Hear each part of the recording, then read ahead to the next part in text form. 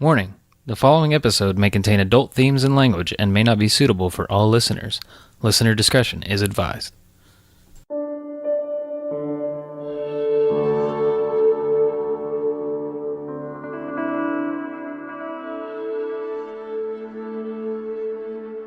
.45 is the highway. 34 is the number of women killed or missing near this stretch of interstate between Houston and Galveston. When you look at this stretch here, there is not, in my knowledge, another stretch in the country that's had this type of concentrated activity that we've had here. The Killing Fields, League City. The first of 4 bodies was found here in 1984, the last in 1991. Among those young women, 16-year-old Laura Miller. I used to go out there all the time. To the Killing Fields? To the Killing Fields at midnight, 2 o'clock in the morning. Go to the spot where they found her remains. Scream at the top of my lungs, "Come here, you come and get me." Tim Miller knows a serial killer took his daughter. He fears more than one is prowling 45. I think it'd be easy if we knew we had one predator out there. Because sooner or later that one would make that mistake and would get caught. Unfortunately, that's not the truth. Over an 8-year period, the lives of 4 young women ended along Calder Drive. No one doubts they were killed by the same hand. But are those cases related to the murders of more than a dozen women over 3 decades? At least one thing connects all those crimes. The Gulf Freeway. From 1971 through just last week, it has served as a conduit for murder. When you look at that span of time, it would certainly appear that it could very well have been more than one person. As special agent in charge of the Houston FBI, Don Clark formed a task force with 20 law enforcement agencies along I-45. They found striking similarities in murders spanning 3 decades. Primarily, if not all, white females of a, generally speaking, age range in there. And if you look at the photographs, many of them are very similar looking. Nearly half the victims were last seen alive at convenience stores, many near the public telephones. But the next call their families received was from police. A logical investigation would conclude that there are some similarities with those cases. I feel as though we've got lots of them out there. It would take the murder of another Laura to reignite the investigation. Laura Smither was found in a drainage pipe in 1997, 2 weeks after the 12-year-old disappeared from her Friendswood neighborhood. That same year, Jessica Kane also disappeared. What do we do? What's happening to our society? You know, what is happening here?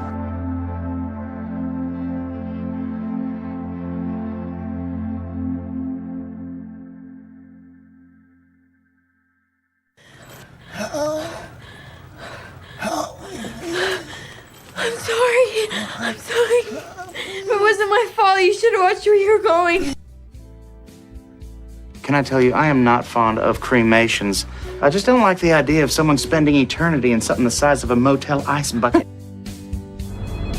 911, what is your emergency? Help me. A man in my house.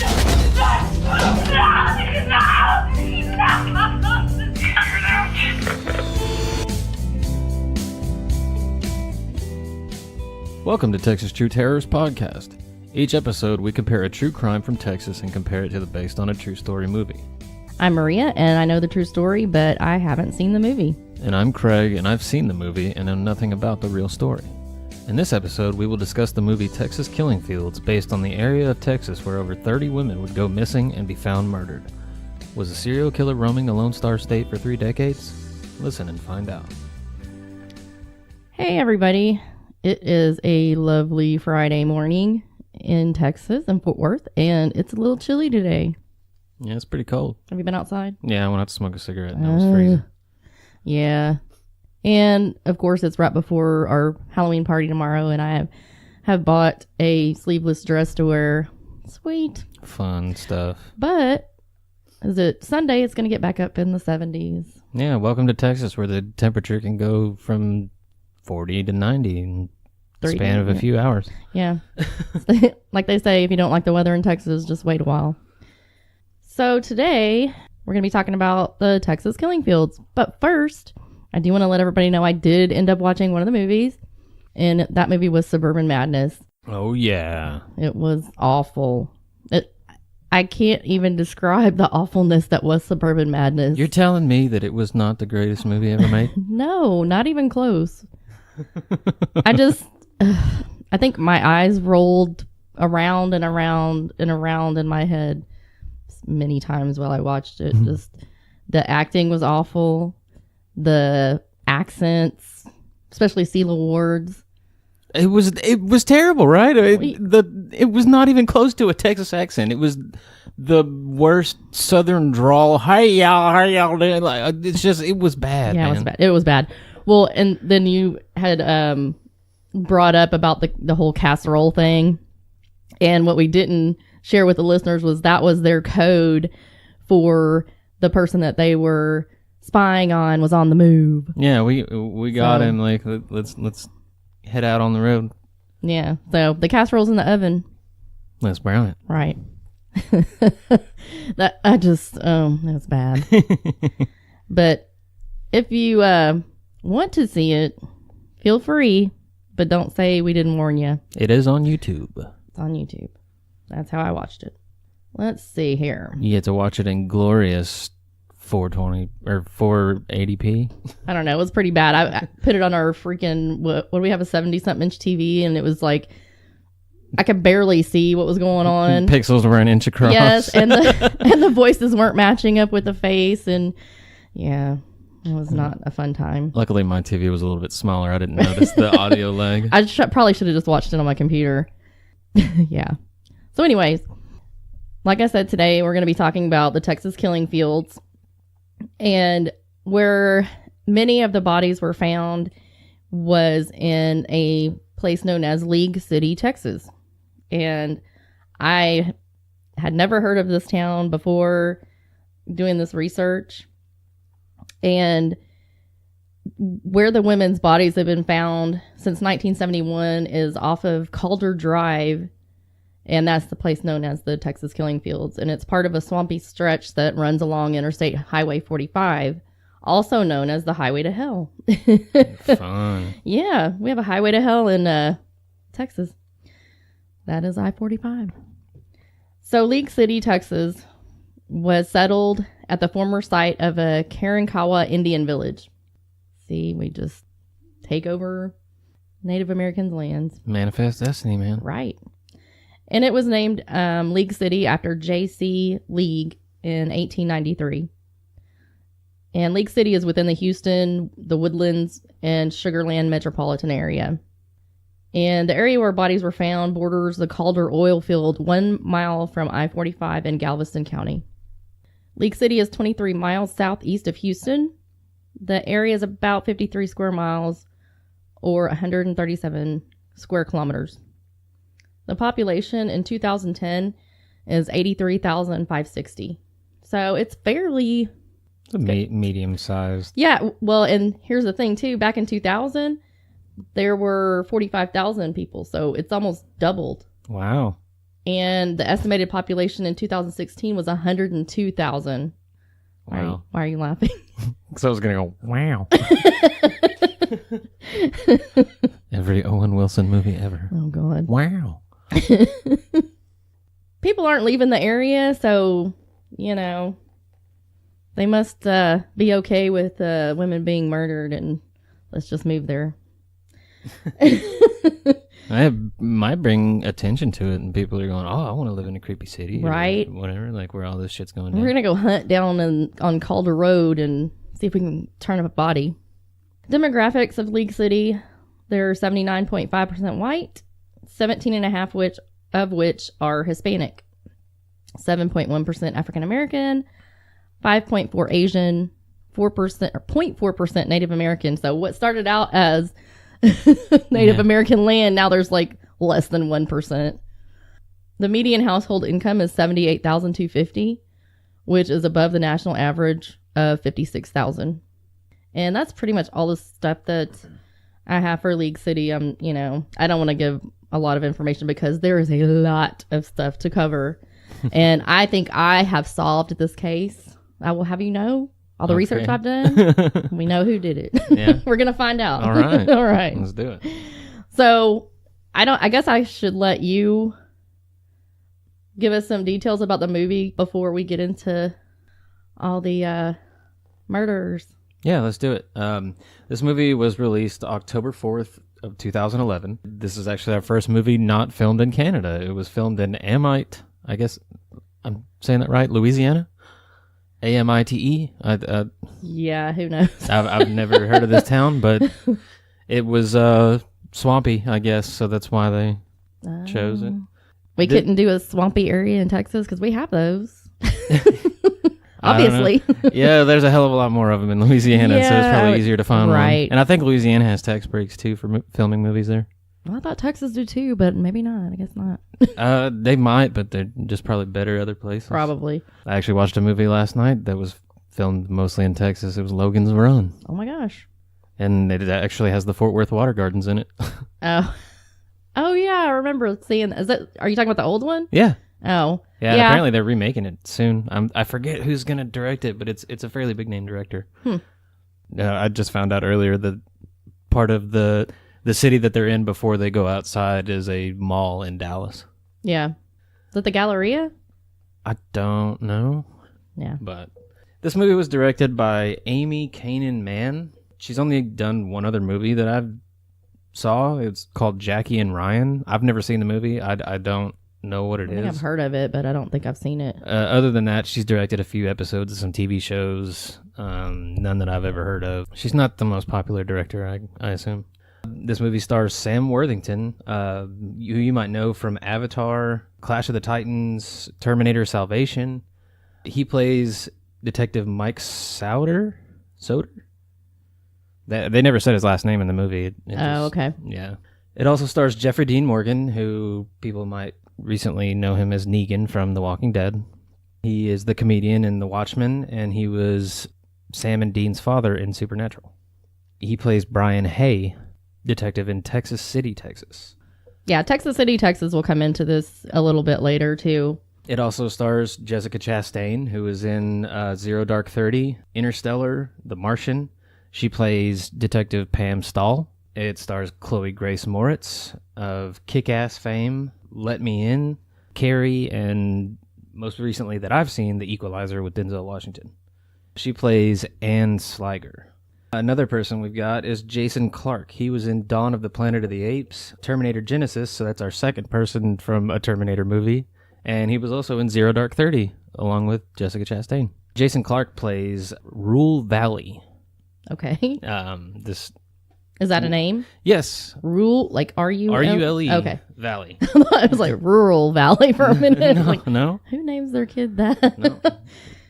Rule, like don't break the rules. Interesting. He makes the rules. The movie begins with a kind of a little creepy montage going around the city, and then it kind of slowly comes in on an abandoned Toyota Corolla. Doors are wide open. It moves through the car, and it pans over a wallet with an ID of a girl named Kirsten Lane. It starts in Texas City, Texas, like I said. There's a little montage of kids playing, passing through the streets. Does it say what year this is supposed to be? It doesn't, but it seemed to be around mid to late 90s, it looked like. Okay. They still had flip phones. And all right, yeah, that's when the second set of murders happened. So this starts way after the initial women went missing and were murdered. Yeah. So it has Sam Worthington and Jeffrey Dean Morgan, detectives Mike and Brian, driving around the town. It does a quick cut to Ann Sliger, played by Chloe Grace Moritz, standing at a gas station alone. Cuts back to Brian and Mike pulling up to a crime scene to investigate something. They show a dead girl in a back alley who was just recently killed that they determined because rigor mortis hadn't set in. Okay. The makeup effects are actually very well done for the dead bodies and stuff. I thought it was really well done, actually. Yeah, I think this movie was a little bit bigger than Suburban Madness. Yeah. I mean, it actually has famous people. I mean, I guess Celia Ward's kind of famous, but, you know. I don't know that I'd call. Well, not on the level that, you know, the C- people maybe? Maybe, yeah. Detective Brian Hay, he's a religious man. He says a prayer for the girl. Then we cut to and Slager walking through the rain. Mike and Brian pull up next to her and pick her up. She seems to be kind of their juvenile informant. Okay. Then it shows the abandoned Toyota again for a quick second before cutting back to Brian and Mike taking Anne to a house near some docks, which turns out to be her house, and this is the local whorehouse. Nice. They knock on the door, and about 10 different guys come out of the house. Okay. Yeah, so she's having a good time. The best little whorehouse in Texas. Yeah. Then we cut to Jessica Chastain, who is Pam Stahl, who calls Brian about Kirsten Lane, whose car was shown in the beginning, saying that she's missing. This is where we find out that Pam Stahl was married to Mike, who is Sam Worthington's character. Okay. Yeah, I guess they're going to get more into the story of the police officers in this one. That's what it seems like. Okay. I mean, just kind of their reaction to finding the bodies and trying to put the pieces together. Okay. Cool. Brian, while he's on the phone with Pam tells him that Kirsten Lane is missing and presumed dead, but Brian says without a body, she's still just a missing person, so we can't consider her dead yet. Right. She finds a body, give him a call. Then we cut to the police investigating the Toyota we saw in the beginning, belonging to Kirsten. Pam Stahl shows up to the scene and tells all the police to get out of here and wait for CSI because they are overrunning the crime scene. They've got a horse walking around. Oh, man. Yeah, so she's... Don't mess with my crime scene. Yeah, basically. Then we cut to Mike at his house with his dog. He's drinking beer and feeling lonely. You know, he's all sad because he's not married to Jessica Chastain anymore. I'd probably be pretty sad, too. Yeah. Brian is at home, and he seems to be relieved to be laying in bed with his wife. He's had a long day after finding this dead body. We cut to the next day with Brian and Mike showing up to a house in the ghetto asking about the dead girl they found the night before. They give Brian some information saying she was 15, she was a crackhead, and she was from Dallas. Could be a crackhead. Yeah. If you've not seen the Alabama Leprechaun, look it up on YouTube. Oh, and Does not disappoint. Definitely not. You'll never forget it. Then we cut to Anne leaving school and walking home. Jason Clark, who plays Rule Valley, pulls up to her as she's walking home and asks her where a certain street is before asking if she wants a ride home, and she flips him off. And okay, so is this Rule Valley the supposed killer? Or are you going to get I'll get to that. We'll find out okay. Here in a few. This movie, it was probably the best one that I've seen so far out of all the other movies we've done. Mm-hmm. My main issue with it is it has really, really bad pacing issues. Okay.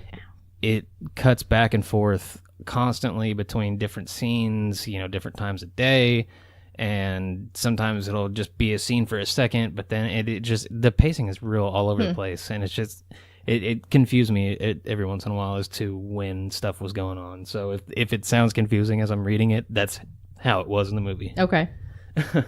We cut to Brian going through the ghetto neighborhood they were at earlier, asking more questions. He asks a guy about her, and he says that she came around and said some guy was following her, and he thinks he's seen him once. Jason Clark, playing Rule, drives by, and Brian kind of gets a quick look at him, and he tells the people in the ghetto that if they have any more information to give him a call. Okay. We cut back to Mike, who is asking around and runs into a guy that was at Anne's mom's house earlier. This guy was actually in Snatch. He played the character of Tommy, if anybody has seen that movie. Then we cut to the police department with Pam Stahl, who is questioning a man who starts giving her lip, so she smacks him for lying. You lie! Smack!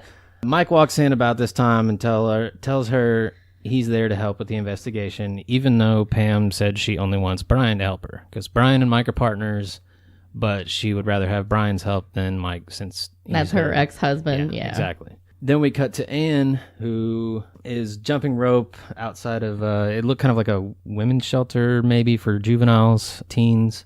They go inside and they start questioning the girls around the house. The girls tell Brian that the dead girl that they found is named Debbie Mills. I don't know if you have anything about No, her. I'm going to assume they probably don't use the real names. Well, I was actually kind of looking at the trivia on IMDb, and they said that Brian Hay and Mike Souter were real detectives. They were actually part of this investigation. I would think they would use the real detectives, but it doesn't sound like they're using the names of the girls. I mean, they have really just average names. So it's, I mean, and of course I'll get to that when we get down to those murders and missing women. All right, so we cut to Anne Slager. Is this mentioned? Is she mentioned anywhere in the case notes? No. Okay. And really, it could be what they did, since you said there was only 3 girls. They might have just done like an amalgamation of all the. Well, and this I'll get into it a little bit later, but there was a little bit more involved with other girls being killed. Okay. But yeah, I'll get into that. But we're talking about Anne. They pull up outside of a women's shelter for juveniles, teens. The girls at the house tell Brian that the dead girl that they found is named Debbie Mills. The guy that they talked to before, who said that he's seen her around before, his name was Levon, and apparently was her pimp, who was actually assisted by Rule Valley. They're friends. He hadn't just seen the guy once. Yeah. So, okay. So they're saying the victim was a prostitute? Yes. That's so weird, because none of the women that in any of these cases were sex workers. They were picked up and they were normal girls, you know, either going to school or working regular jobs or whatever. So it's kind of weird that they threw that in there. I don't think Debbie Mills was part of the actual Texas Killing Fields part of it, but it kind of leads into that, just basically saying, you know, this guy Levon and Rule kind of had a part in it. But we'll get to that. Once they find out that Levon was her pimp, they bring him in for questioning, and Mike has a bit of a temper. And because Levon isn't cooperating, really, he gets angry. So he tries to start attacking him, but Brian pulls him off, tells him calm down. Oh, good cop, bad cop. Yeah. Eventually, they get Levon to tell them that the guy he hangs out with's name is Rule Valley. Okay. Then we cut to a woman hanging up clothes on a line, and then we cut to Brian and a lab technician doing a chemical test, which this scene was very weird. They're doing a chemical test on this photograph of the dead girl, Debbie Mills, and it creates kind of a little smoky effect, but then it's almost like it cuts to where the lady is hanging clothes on a line and the mist kind of starts rolling through. It kind of does a weird little cut like that, like the mist is rolling in. The mist of danger. Oh, Lord. So they're trying to do some artistic yeah. stuff It was in the movie. Yeah, it was very artsy. Then this woman who was hanging up clothes on the line, she goes to bed and then wakes up a little bit later to check on her daughter before she realizes that someone's in the room with her. Suddenly, she is grabbed and dragged out of the house by a guy wearing a camo outfit. And actually, this is where one of the sound clips from our intro comes from, when she's screaming, no, no, no. When she had called 911? Yeah. Okay. Yeah. Awesome. The guy then begins to suffocate her with a shower curtain before being interrupted by a honking horn. This is where she gets away, grabs a phone, calls 911, okay. And that's part of our intro, yes. After this, the guy comes back in to finish the job, but again is interrupted when Brian and the police show up. They notice a bag outside of the house and go to call a canine unit to sniff the bag, but before they can finish their sentence, one of the suspects pops up and takes off running. Brian gives chase, and he is then knocked in the head with a shovel by another guy who was also there. They weren't aware that there was 2 people on scene at the time. Okay, so they're saying there's like two killers? Yeah. Or they're working together or something? Yeah. Well, I'm telling you, the pacing issues are so weird in this movie. I have to watch it. Maybe watch it tonight. Yeah. After this, they get away, and so they bring the lady who was attacked in for questioning. She tells the detectives there were 2 men, and this is where they realize that there were 2 people, because Brian says in the movie that, you know, there's no way that guy could have hit me. He was way too far gone, so there had to be 2 people, and this kind of confirms it. Then, as they're interviewing this lady, they get a call to their office, and they're torturing somebody. This is another sound clip from the intro, where we hear the guy say, "Do you hear that?" At the beginning, you know. It's hard to describe. I'm trying to remember. What does our intro sound like? No, but that's where the "Do you hear that" part from our Okay. intro comes in.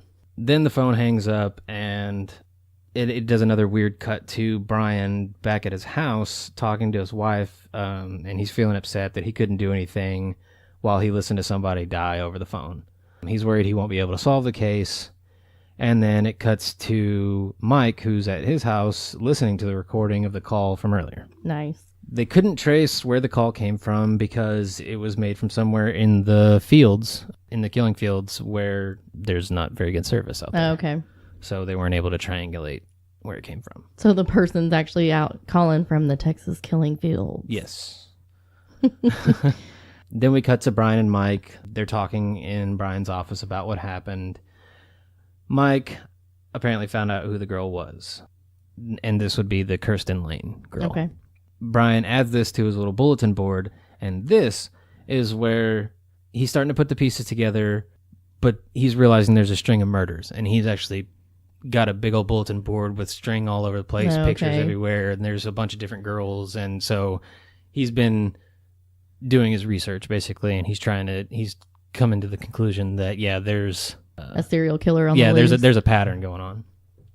And he's realizing this because they either all have the same MO or they were all the bodies were found in the fields. Okay. Ann Slager comes home and her mom slaps her for being gone all night, proceeds to kick her out of the house, and the guy who played Tommy in Snatch, his name is Stephen Graham in real life. He sees her leaving and calls out to her, but she ignores him and just keeps on walking. And then she proceeds to go to a gas station where Rule Valley, played by Jason Clarke, just happens to show up. Of course. Cut to Brian taking Anne to his house since she was kicked out, so he's going to let her stay with them. They proceed to have dinner and have a good time. Everything's hunky-dory. Then Brian shows up to Pam, who's outside the fields where a boy has found the body of Kirsten Lane, finally. Okay. Apparently the killer cut her hands off. Nice. Brian finds a fingerprint on her neck, but it starts to rain before they can try and pull it. They're trying to keep her covered so that they can pull the fingerprint up. And, right. However, they accidentally dropped her and she dipped into the water. Oh, damn it. Lost a fingerprint. Some bitch. At this point, Mike shows up to help them pull the body out of the water. Kirsten Lane was the girl being tortured on the phone earlier that they got the call in the office. Mike doesn't want to be a part of this case because he says the fields are too far outside of their jurisdiction. Yeah, because in real life, the fields are in Leak City, Texas, which I think is pretty close to Texas City, but yeah, honestly, and I guess that's their point is that this isn't our city. We can't be out here. Like, yeah, she may be from here or from around here, that's not their jurisdiction as far as the actual crime scene itself. Yeah. Mike just wants the killers to be Rule and Levon so he can bust them and get it over with. He doesn't want any part of the killing field stuff because it's outside of their jurisdiction. We cut to Mike following Rule around town into the ghetto part of the neighborhood that they were at earlier in the movie. Rule stops at a house and Mike begins taking pictures of him. Rule knows one of the black ladies they questioned in the ghetto from earlier. We cut to Anne in a car with her brother and Stephen Graham. Stephen seems a little too protective of her and has some anger issues because her brother kind of told her off a little bit, and so the Stephen Graham, he just straight up grabs her brother and chokes him, and while the guy's driving. Holy cow. So Anne hops out of the truck and just keeps walking down the road. And Anne is... This is Chloe Grace Moritz, yes. Okay. Then we cut to Mike coming back to the black lady from earlier in the ghetto neighborhood to question her, and there's a shed outside of her house, and so he asks her to open up the door. Let me see what you got in there. Yeah, and Mike finds a car with no plates, and the lady says that Rule took the plates off. He looks inside the car and finds blood, so he tells her to go sit on the curb, and he proceeds to pull a fuse out of the car so they can't drive it anywhere to get rid of it. I don't know why they wouldn't be able to just like push it or something, but yeah, I don't. Was he just doing that so he could get a search warrant or something? Or I guess. Well, the lady tried to tell him that he didn't have a warrant. He's like, just open the fucking door.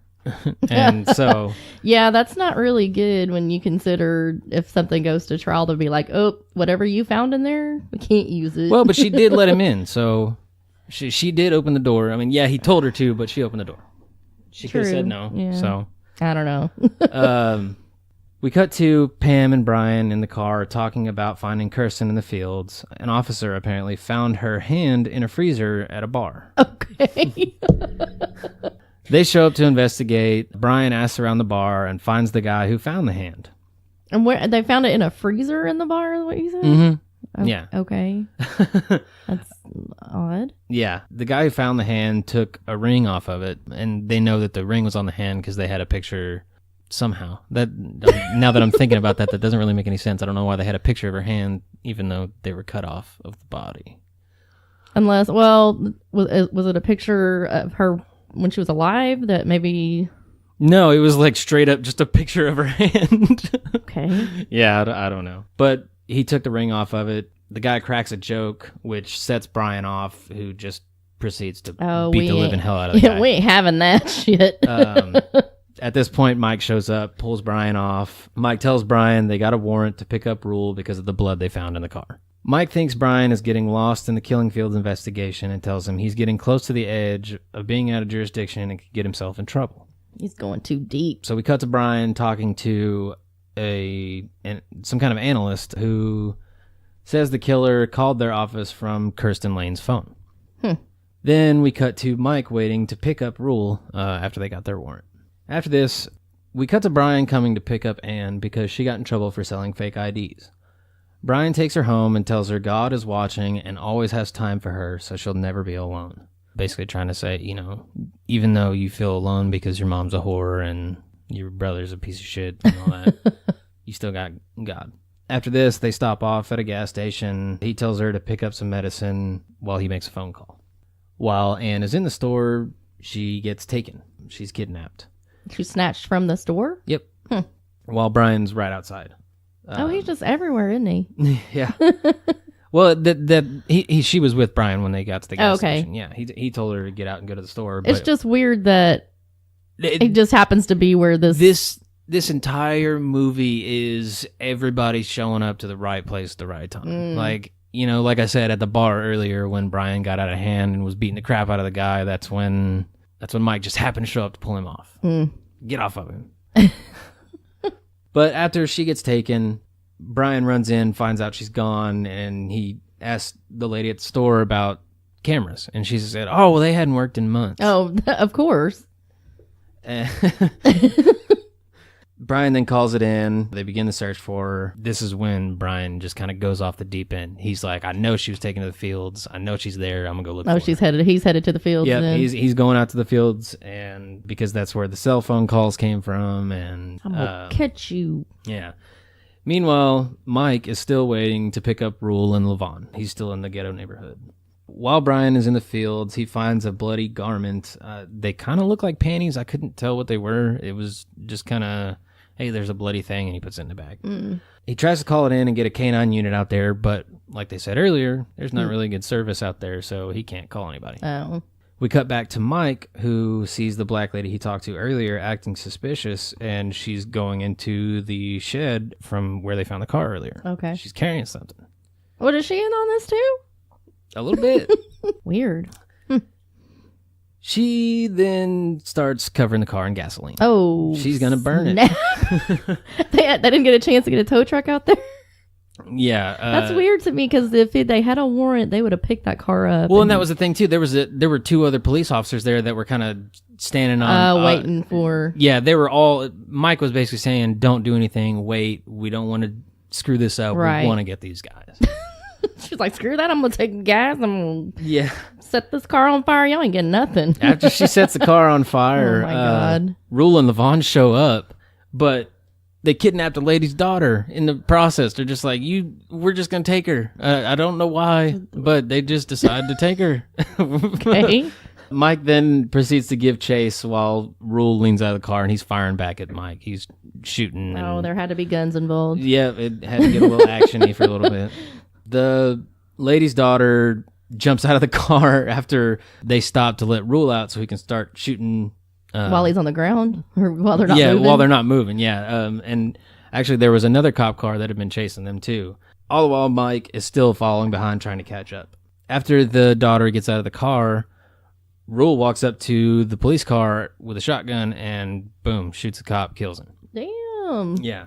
Then Mike finally catches up and starts shooting at them with his shotgun as they drive away. Once the ordeal is over, Mike finally goes out to the fields to help Brian look for Ann. They find a bayou that connects all the body recovery sites in the area. They've kind of connected where they found a lot of these bodies and kind of triangulated it down to, hey, it's all been happening in this particular area. Okay. We cut back to Rule and Levon, where Levon is scolding Rule for killing the cop. They get into an argument, and Levon pulls a gun on Rule, but he can't pull the trigger. Like, they're not going to get in enough trouble anyways. I mean, yeah. Supposedly they've been kidnapping girls and possibly killing them, and you were driving, trying to get away from the cops and shooting at them. I think you're already in a boatload of trouble anyways. Yeah. So like I said, Levon's pointing a gun at Rule, and he's like, man, you shouldn't have done that and all this, but his hand's kind of shaking, and so he gives up, puts the gun down, but Rule pulls out a gun, points it at his head, pulls the trigger. Oh, kills him. dang. Don't point a gun at me, fool. Snap. Yeah. Shoot. Cold-blooded.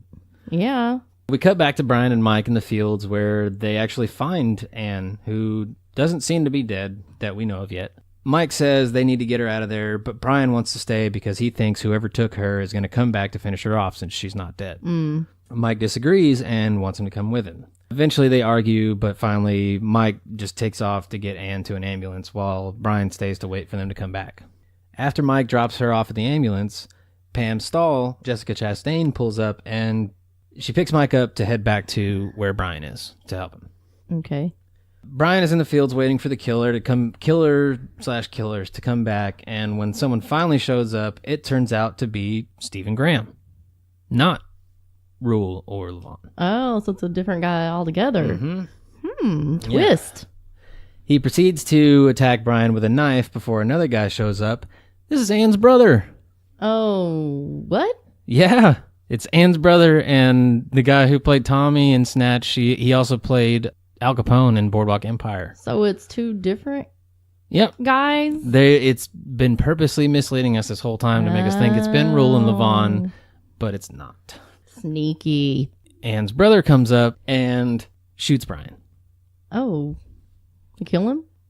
Hold on. Mike gets a call from one of the killers saying that Brian is dead. They use Kirsten's phone to call him again. Then we cut to Mike pulling up to Ann's mom's house with an assault rifle. He calls the analyst from earlier and asks for Kirsten's phone number. After they find out that Kirsten's cell phone was used to call him, they go back to where Jeffrey was, and the police are already there. They're searching for him, looking for him. It cuts back to Mike, who I guess left to go to... Is he going to find Brian? No. He since the police were there to find Brian, he went off to keep looking for who shot him. Gotcha. Mike pulls up to Ann's mom's house. He's got an assault rifle, and he calls the analyst from earlier and asks for Kirsten's phone number. He calls it, and Ann's brother hears it, but doesn't answer. Because the brother and Stephen Graham are back at the house. He calls it again. As he's walking closer to the house, he's trying to get these guys to answer the phone, or at least make sure that, yeah, these are the guys for sure. This time, Stephen Graham answers the phone. He realizes that Mike is outside calling him. Nice. Mike calls again, and Ann's mom picks up the phone, and he tells her to ask the two guys what happened to Ann. Because she doesn't know. She's not in on it. Okay. The brother tries to blame the guy Stephen Graham, who played the guy in Snatch. And the mom starts freaking out, and she grabs a knife and cuts the guy. And then her brother pulls a gun on him and shoots him in the shoulder. But then the guy pulls out a gun and shoots the brother twice in the chest, kills him. And this is Ann's brother? Yes. Okay. And so the guy that shot him is the other killer? Yeah. Okay. Yeah. After the guy who played Tommy pulls a gun out, shoots the brother, Ann's mom stabs Tommy in the chest. But then he shoots her too. Kills her. Mike finally shows up to the house, comes up to the porch. The Stephen Graham, he's made his way outside, and he's still got a knife in his chest. He falls on the ground. Mike comes up, he's pointing the gun at him, and the guy's like, come on, man, shoot me. Like, I know you want to do it. I know you're pissed off. And Mike kind of has a change of heart. He doesn't kill him. And It's like, no, we're going to take you to trial, boy. yeah, and you can see the disappointment on his face. Wanted to kill him so bad. Eventually, you cut to the police and Pam Stahl, who find Brian in the fields, finally. Oh, so he got put in the fields too? Yeah. Then the movie says several months later, Anne is with Mike and they're outside her mom's house. Mike goes in and starts packing up some things for Anne. Mike asks if she wants to go inside, but she says, no, I don't want anything to do with it. It cuts to them driving away where Mike takes her to Brian's house. And he's not dead. He's just got a cane. He's walking with a limp. He made it. Yeah, and so... He's the only survivor of the killing field. Yeah, so Anne gets out, runs over to him, and this is where the movie ends. Awesome. Yeah, so I mean, like I said, to our listeners, if any of that sounded confusing, you're right. Yeah, I was a little confused myself. I guess I'll have to watch the movie now. Yeah, I recommend watching the movie if you have DirecTV. I'm not sure if it's on demand, but it was on Stars. That's how I watched it. Yeah. But yeah, the movie, the pacing issues cause it to be a little confusing, which makes it hard to describe. But altogether, I give this movie probably 3 stars. 3 Texas stars. 3 Texas stars, yes. With the pacing of the movie being so bad, that really brings it down. The cinematography was done well. The acting was done well. The makeup effects were done well. Just the whole pacing thing just threw me way off. Yeah. I just, like I said, makes it hard to describe. It's got to be something that's seen. Although altogether, it's the best one I've seen so far. It's still not great. Still, it might be. Well, we'll probably get to some better movies later, but it might be one of the better movies in the list of the ones that we have. Yeah, and actually, but it's new too. Well, fairly new, 2011. So yeah, it definitely had the highest budget out of out of everything that I've seen. Yeah, what was the budget for Suburban Madness? You think like $50? Yeah, for the wig that the lady was wearing. $4. But no, I recommend this movie if you like those type of movies. And actually, I found out that this particular movie is what inspired the first season of True Detective. This movie itself is what inspired it. And you can definitely tell. Did you say the first season? Yeah, with Matthew McConaughey. Yeah, I need to go back and watch that. It was really good. Yeah, it was great and not as good as this, or better than the second season. Yeah, for sure. Yeah, because hey, why are they at this bar again? Like they spend 90% of the show at a bar just talking. Yep. Although, what's funny about that is they spend 90% of that show in a bar talking, but if you go back to the first season, Matthew McConaughey has 15-minute monologues where it's just him sitting at a table, and that's far more entertaining. Oh, yeah, that's true. Yeah, I remember that now, when he's being interrogated. Yeah, I mean, that is far more entertaining than all of them in the bar talking and everything. It's just shows you how well Matthew McConaughey does. Yeah. All right. Yep, but there was The Texas Killing Fields. Decent movie, not great, but not bad. I'm going to say now, before we get to part 2, that nothing like what happened. Yeah, this is I still don't know much about the case, but from what we've talked about so far, it seems to be the most inaccurate so far, even though it had the highest budget. But yeah, well, and the thing is too, back then they didn't know who did it, and there have been recent developments just within the last year, and even within the last couple of months. Wow. So yeah, that's why I said I solved it. Oh yeah, and I might have solved the ones from the 70s too. Okay, except for that's just my research, so I didn't really myself solve it. Did you solve the Zodiac Killer too? It was Ted Cruz. Everybody knows that. Even though he wasn't born when those killings were taking place. He was. I think he was like less than 2 years old. Yeah, because he's like 45. Yeah. Yeah. Funny joke, but yeah. But no, watch this movie. It's pretty good. Best one so far. Not terrible. Like I said, I think I'm going to watch it tonight because it sounds interesting. Yeah, and like I said, if you like True Detective, watch this because you can definitely see how it was inspired. I mean, the cinematography, the interactions between Brian and Mike, very, very similar. Awesome. All right. Well, this is part 1. We decided to do a 2-parter because we're really far into this already, and I have 9 pages of notes. Oh. So we did get a 5-star review on iTunes. I'll let Craig read that one. This 5-star review comes from Katie C22. It's about Suburban Madness. She says, I was hesitant about the concept, but after listening, I thought it was great. Super different.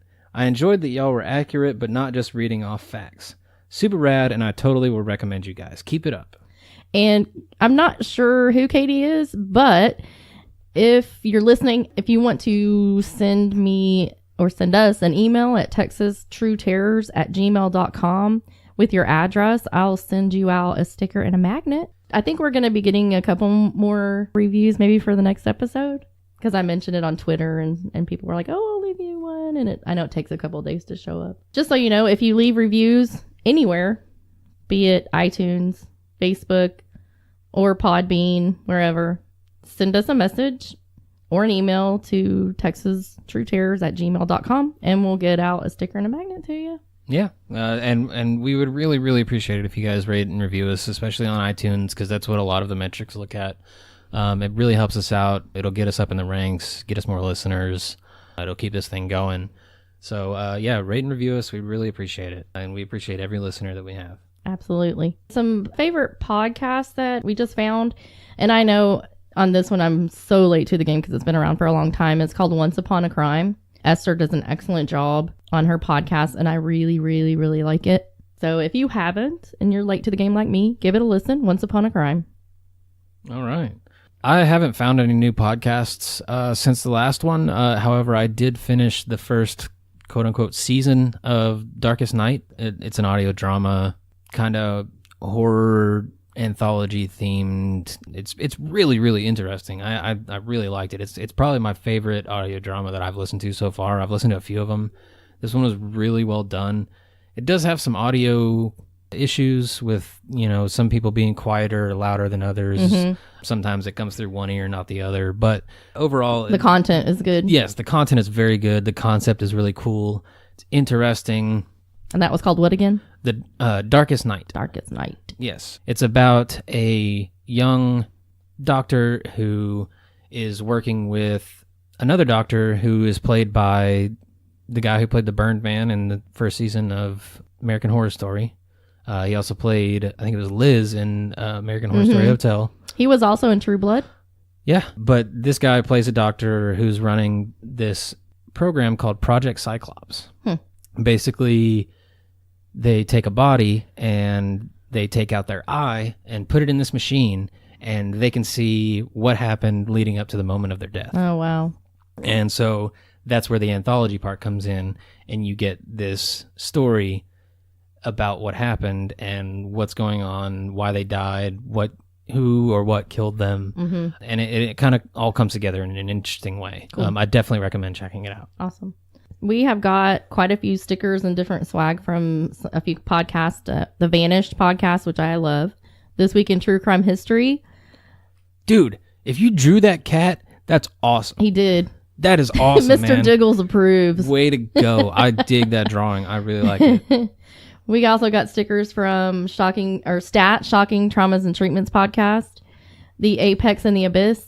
And I just wanted to say thank you. And I think what I want to do with those stickers and cards and stuff that we get is buy like some kind of a frame thing to put it in. That way it's not like on cardboard or something like that, and just hang it in the studio.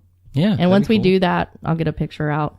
We do have a promo to play for you guys. It's from the Moms and Murders podcast. It is about true crime. It is a clean true crime podcast, unlike some and ours. We don't cuss a whole lot, but they don't cuss at all. But they're very good. And so we're going to play that promo for you real quick. Hey guys, this is Mandy and Melissa from Moms and Murder, a true crime podcast featuring two moms who think they're funny. Trust us, guys, we are. Join us each week as we discuss both the infamous and unfamiliar stories in the world of true crime. You can check us out on our website at momsandmurder.com and also connect with us on Instagram, Twitter, and Facebook. We release new episodes on Tuesdays, so we hope you'll check us out. Okay, where can you find us? You can find us on Podbean, iTunes, Stitcher, or any other podcast app that you love. We're even on YouTube now. You can visit us at facebook.com/TexasTrueTerrors. We also have a group page there as well for discussions. You can find us on Twitter at Texas Terrors or Instagram at Texas True Terrors. We also have a website, TexasTrueTerrors.com, and you can also check out our merchandise at threadless.TexasTrueTerrors.com. Sweet. And I've gotten like 2 shirts because one was a lady's cut and it was really kind of a weird cut, so I went and got a men's like the one that you got. Yeah, which is a softer.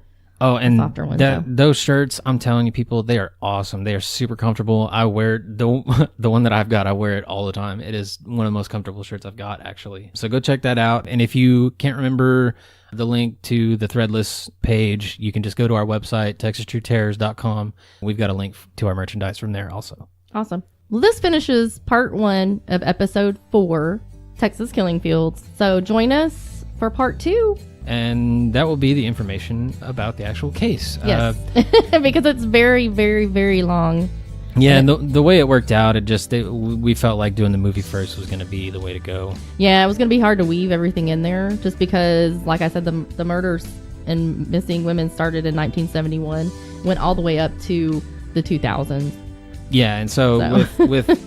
With it being that way, especially with this one being the most inaccurate of the movies we've done so far, it's really hard to interject. Yep. And kind of go back and forth. So we're going to split this one up. All right. See you next time. All right. Thank you, guys. I'm Craig. I'm Maria. We'll see you next time. Bye, y'all.